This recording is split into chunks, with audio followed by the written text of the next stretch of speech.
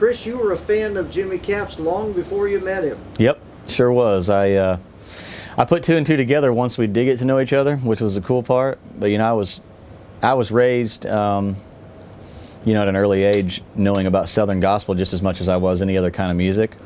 And it was several times after I'd met Jimmy, but I brought it up to him one night. I said, "Man, were you on a McCamey's live video one time?" He said, "Yeah, how do you know that?" And I said, "Man, I grew up watching that kind of stuff." So it was just, it was pretty awesome, to be playing the Opry. And that was well before I was an Opry member or anything like that. We kind of made friends and had a common kinship. It was pretty cool.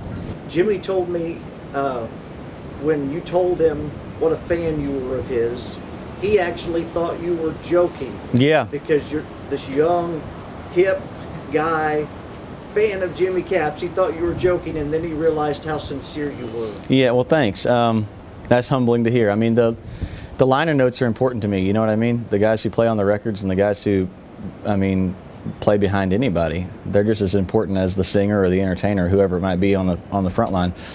So, I just kind of, I've always been a historian of sorts when it comes to that, and so I've always just paid attention. I have a photogenic mind with people, and when I read things, I just put two and two together, and the correlation happened, and I totally wasn't kidding. He's one of the, in my opinion, he's one of the greatest musicians of all time, and he has one of the greatest hearts of all time too, which is, that's what I like about him the most. And so I'm just really proud when he's able to be behind me. It's great. You've been an Opry member for a year or two? Yep, going on 2 years, yep. Jimmy has played on the Opry now 61 years. Yep, longest of anybody. Longest of any Opry staff band member, which is pretty unbelievable. It is. He's played the Opry more times than anybody in the history of the Opry. Yeah, it's honestly, it's incredible. What is it like when you get to be around him at the Opry? Well, he's a sweet man, He and his wife are just good people, which is what I like best, We share a lot of common kinships, We like the same kind of cars. We both play guitar, but we're not, Jimmy's not like nerdy about music. He's just really cool and classy about it, and there's a difference. You know what I mean? I think he's a genius in his own right, but also just a cool, calm, collected country dude, and that's what I like about him the most. He jokingly told me that when you became friends, you got kind of some of your showmanship from him, of your energy, high energy, and jumping around the stage from him. Yeah, tell him you're welcome. Totally opposite. Yeah, but that's okay. That's the great part of being individualistic. You just have to be who you are, and I think there's something to be said for a guy who can stand really still and play perfectly. And so a lot of times I don't stand really still and don't play so perfectly, and that's okay because everybody's got their own style. But without him and people of like-mindedness, you don't really have great music. He's now 80 years old. Are you kidding me? Still working. Jeez. 6 days a week. I would not have guessed that. And like I said, 61 years on the Opry. Do you see yourself 61 years on the Opry, 80 years old? Absolutely. I'll be doing it as long as I'm able. And I don't mind. I think age is what you make of it. I think he's a perfect epitome of age is what you make of it. Honestly, that shocks me that he's 80 years old. I would have never guessed that in a million years. And so, it's just a good testament to good, clean living, I guess. Again, what would you like to tell people about your friendship with Jimmy over the years that you've gotten to know him? Well, I think more so it would come from a frame of mind as almost opinionized,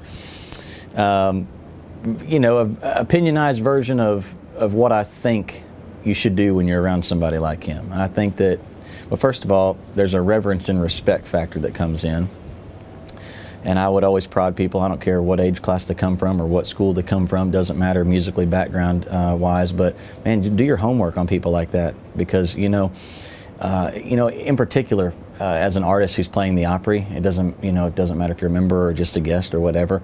I think it's important. The homework value of it is just to know who is backing you up.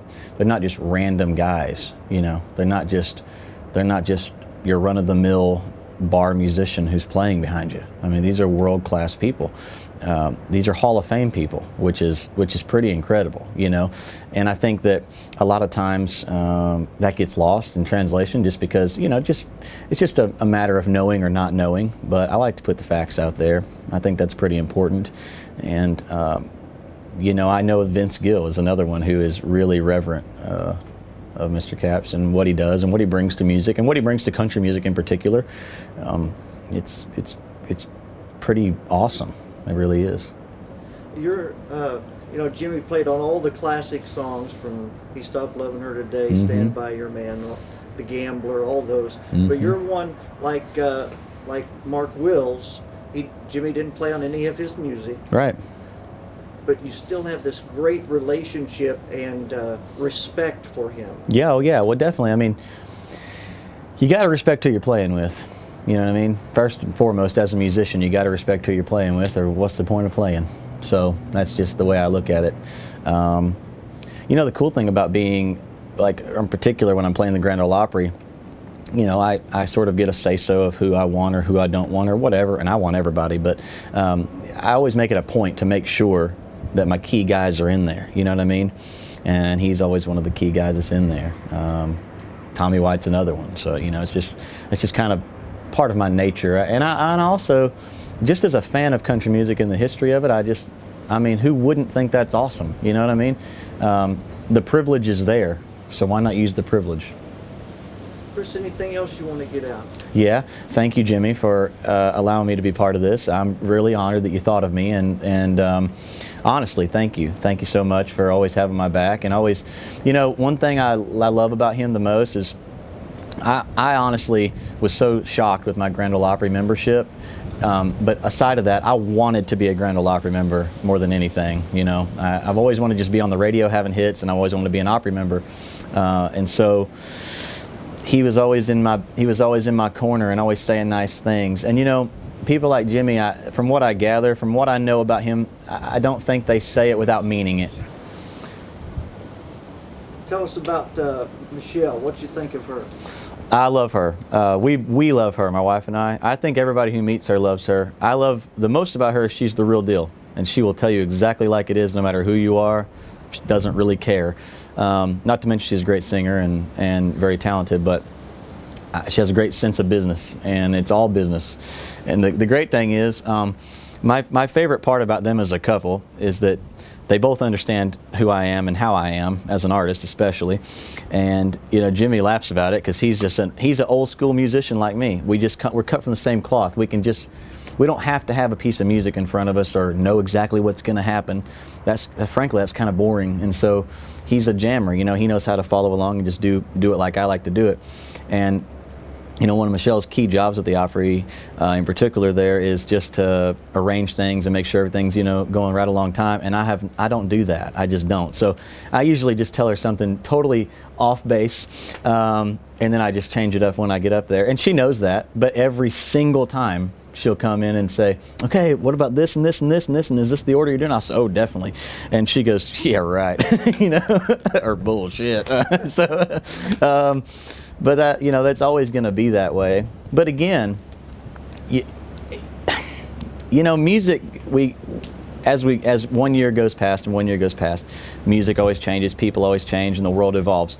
But I love that class of people. And what I mean by that class of people is just, it's a type of musician, it's a type of musicianship and mentality that a guy like Jimmy has, a guy like I have. There's just not many of us around. And if they are, you have to find them.